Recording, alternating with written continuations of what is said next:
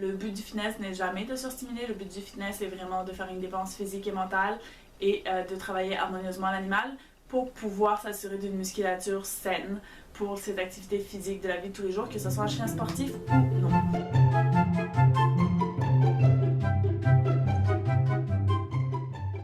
Allô tout le monde, Chloé de Cannes Athlétique. Je vous reviens pour vous expliquer quelques petits points vis-à-vis du premier circuit. Je suis vraiment touchée du nombre de personnes qui l'ont pratiqué, qui m'ont envoyé des petites photos ou vidéos. Ça me fait super chaud au cœur. J'ai eu quelques questions, commentaires. Fait que je vais vous revenir. C'est vraiment important lorsque vous travaillez ces mini-circuits que vous le fassiez sur du sol qui ne glisse pas. C'est-à-dire si vous avez votre parquet directement, mettez un tapis de yoga sur votre tapis de cuisine ou peu importe là, mais vraiment pas sur le sol glissant ni le carrelage. Fait que donc le tapis de yoga. Non, je ne me transforme pas en atelier cuisine.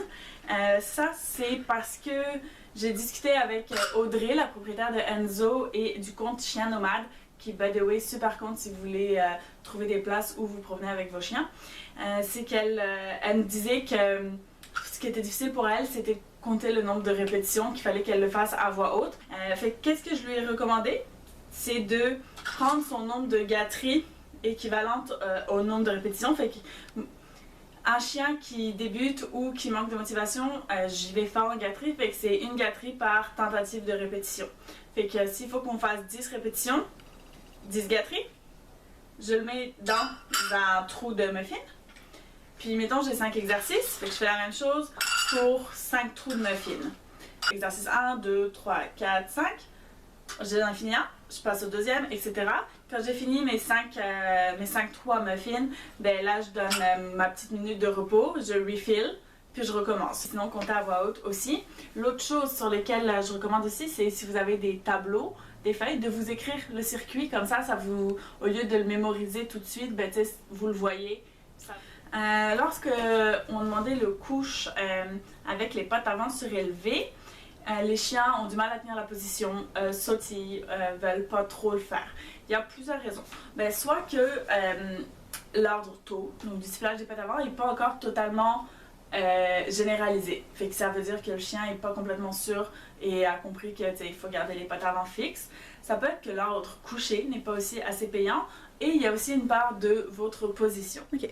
Si ici c'est le museau de votre chien, puis que vous lui demandez couche en vous mettant de même, vous voyez mon crayon chavire vers l'arrière directement. Fait que ça, c'est les fesses de votre chien. Qu'est-ce qui va se passer? C'est que si je lui demande couche, il va aller coucher ses fesses avant, les pattes avant, qui vont après aller s'abaisser.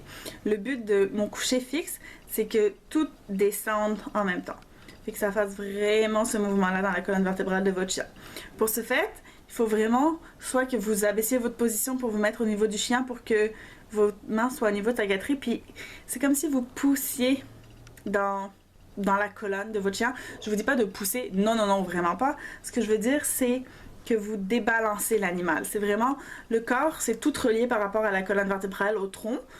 Fait qu'il faut vraiment prendre ça en considération dans notre position lorsqu'on enseigne quelque chose à notre animal. C'est bon? Okay. Fait que là, si je lui demande couche, vous voyez, c'est comme si je poussais vers l'arrière. Ici, Maple va donc exercer le coucher avec dos surélevé pour vous montrer le débalancement synchronisé des pattes avant et arrière. Oui, l'autre chose, j'ai vu beaucoup qui allaient très vite lorsqu'ils le demandaient.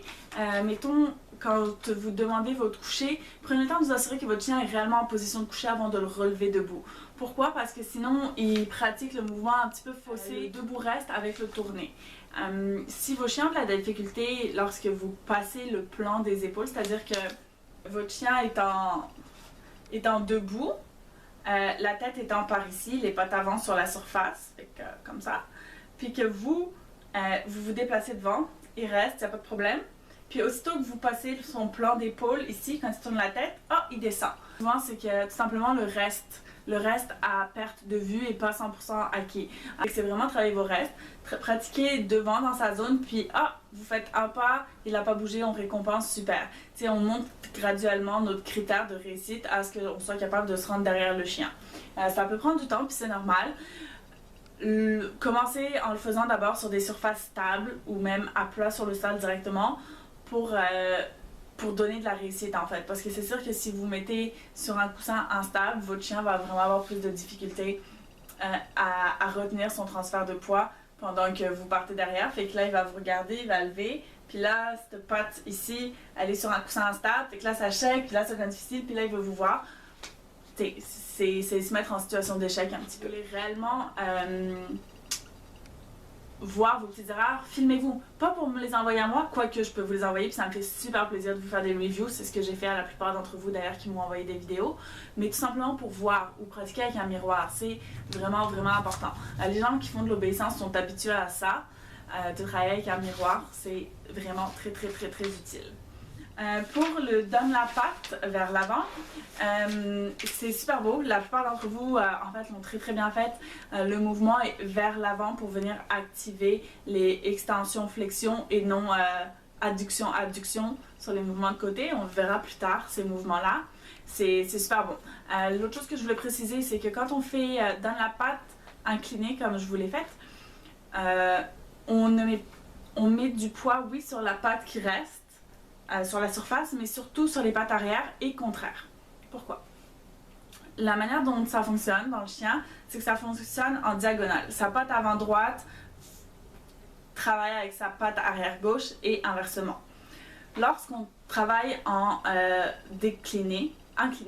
incliné, les pattes avant surélevées, pattes arrière plus basses, on met plus de poids sur l'arrière. Il faut savoir qu'un chien, naturellement, est porteur sur l'avant. Qu'est-ce que ça veut dire être porteur sur l'avant? Ça veut dire qu'il a tendance à mettre plus que 50% de son poids sur ses pattes avant. Puis chez l'ancien, c'est facilement 60 à 70%, pour certains même encore plus. Donc, de travailler dans l'autre sens, ben c'est comme ça qu'on vient aller mettre du poids, de la force sur les pattes arrière pour aller chercher cet effet de musculation, de force.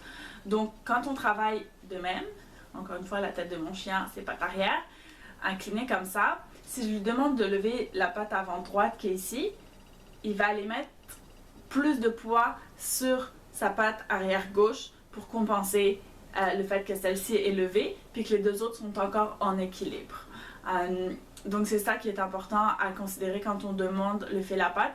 Puis c'est pour ça que au début, je le commence avec pas beaucoup de hauteur, puis pas beaucoup d'instabilité. Parce que si vous demandez ça à un chien qui n'est pas à l'aise sur un disque, ses stabilisateurs sont pas encore assez forts pour aller maintenir ce travail-là. Je vais vous parler un petit peu du matériel pour avoir. Fait que moi, j'ai utilisé énormément mes yoga blocks.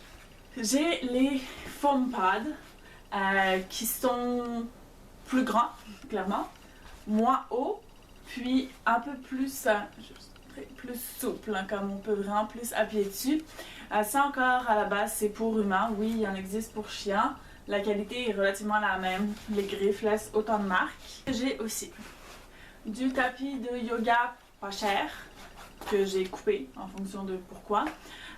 Pour pouvoir faire de la texture puis de l'épaisseur, le tapis de yoga c'est vraiment bien parce que c'est différent de nos tapis sur lesquels on travaille. Puis ça nous permet de le plier en plusieurs épaisseurs. Ma pochette d'ordinateur, honnêtement c'est vraiment super. C'est une texture différente, c'est épais mais moelleux en même temps. Fait qu'on commence à faire de l'instabilité. Puis après tout ce qui est coussin de chien. Fait que ça c'est un tapis qui est réversible, côté mout-mout puis côté tapis de yoga, un petit peu comme j'ai envie de dire. C'est vraiment pratique pour pouvoir le plier aussi, mais vous pouvez vraiment utiliser leur propre tapis à eux, ou ma soeur utilise aussi même ses coussins de chaise.